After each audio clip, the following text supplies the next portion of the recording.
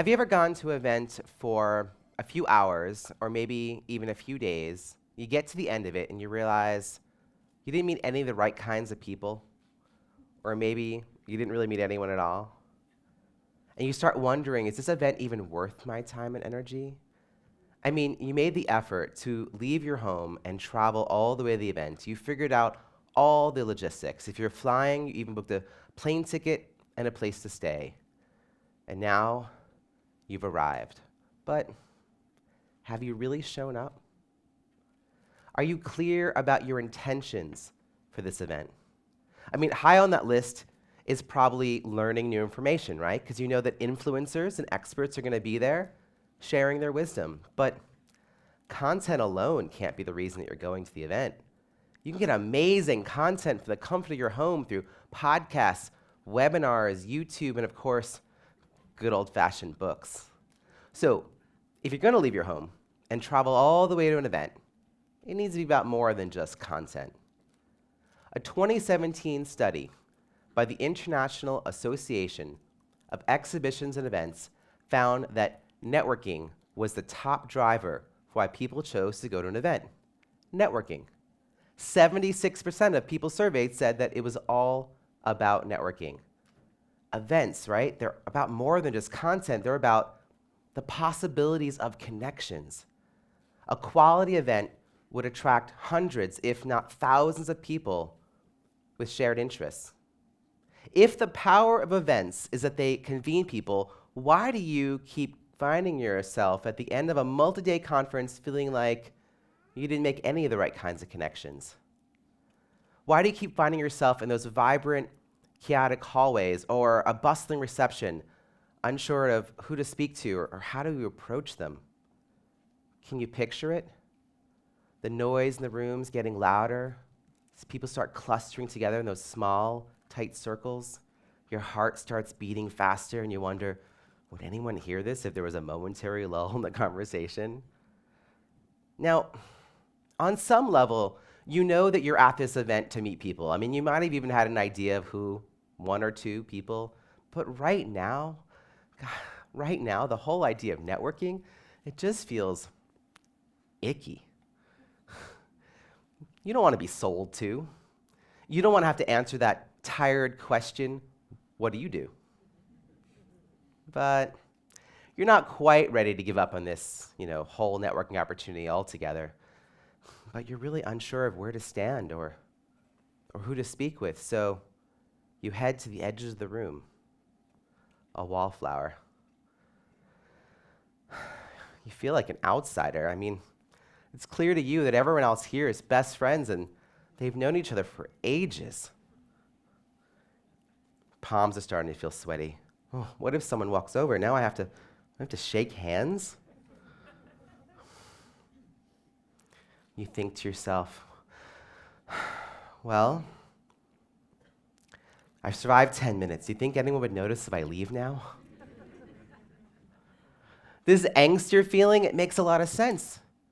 Yeah, based on a 2014 study by Harvard that found that networking makes people feel morally and physically dirty. Yeah, morally and physically dirty. Fascinating study, and yeah. There was one group of people in the study, though, that didn't find that networking was icky. Senior executives. Senior executives felt less dirty about networking and therefore reported more networking activity than junior executives, but it kind of makes sense. I mean, senior executives go into a networking opportunity ready to offer. They're there to make connections and introductions, share resources, offer support, advice, mentorship. I mean, they're resource rich and rich. What if we all approach networking opportunities ready to give? We've all felt like outsiders. Some of you have even felt invisible. You know that first year you go to a really, really big event and no one talks to you for days? When you're faced with those tight clusters of people, all happily chatting, you can feel really alone in a crowded room. It's those shoulder-to-shoulder bagels, those huddles, those people like impossible to break into spaces That's what's leading to you clinging to the edges of the room. What if you're in one of those circles? A small shift in your body language is a gift that you can offer. It also matches your intentions to meet the people around you with body language that makes it easier for you to be approached. But what is our default?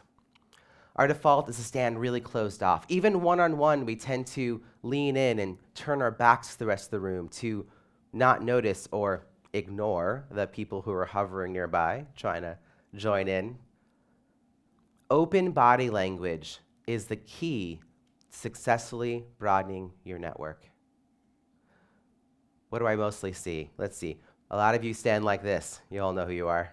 Your feet crossed. It's very precarious. And also, not really that easy to navigate away from a conversation. You've got to like untangle your feet and pick a direction and then start moving. What if you stood with your feet shoulder width apart? That seems pretty innocuous, right? Still kind of hard to navigate a room, though. I mean, if you're in a crowded room, you can't like walk through the crowd with your shoulders squared. And one-on-one, this is still fairly closed off. What I'm suggesting is a small shift in how you stand. Now, this isn't like first position ballet or anything extreme, you know. Just your feet shoulder width apart. 1 foot half a step back and turn slightly, and then your weight goes in your back leg. Now, why is this good for you? It's a walking stance. So whatever direction you want to go in the room to navigate in or out of a conversation, you're one step, and you can start doing it, okay? Now, to help me demonstrate what this looks like in a crowded room, I'm going to invite 5 friends to join me on stage.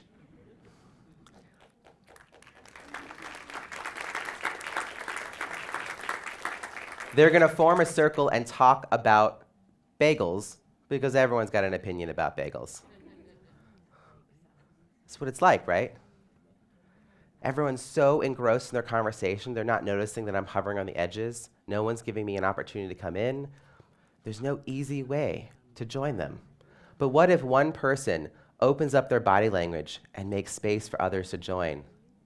Do you see it?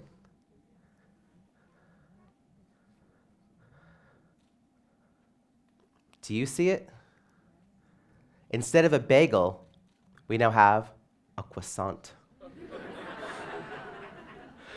Even one-on-one, this can make a real difference in your approachability. So this is a more closed, more intimate conversation that you wouldn't want to interrupt, but a small shift in how I stand, and now anybody could join us. Thanks.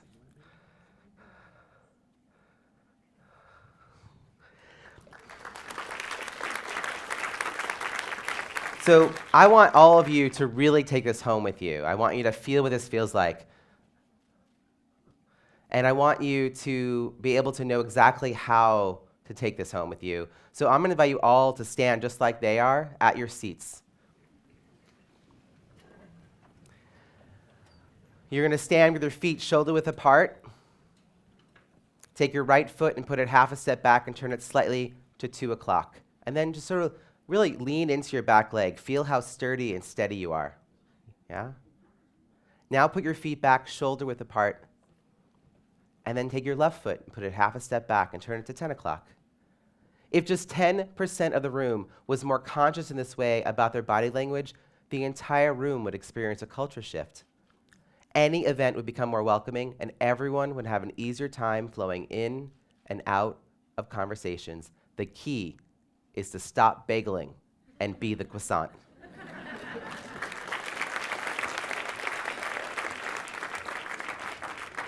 And that's how you get a standing ovation.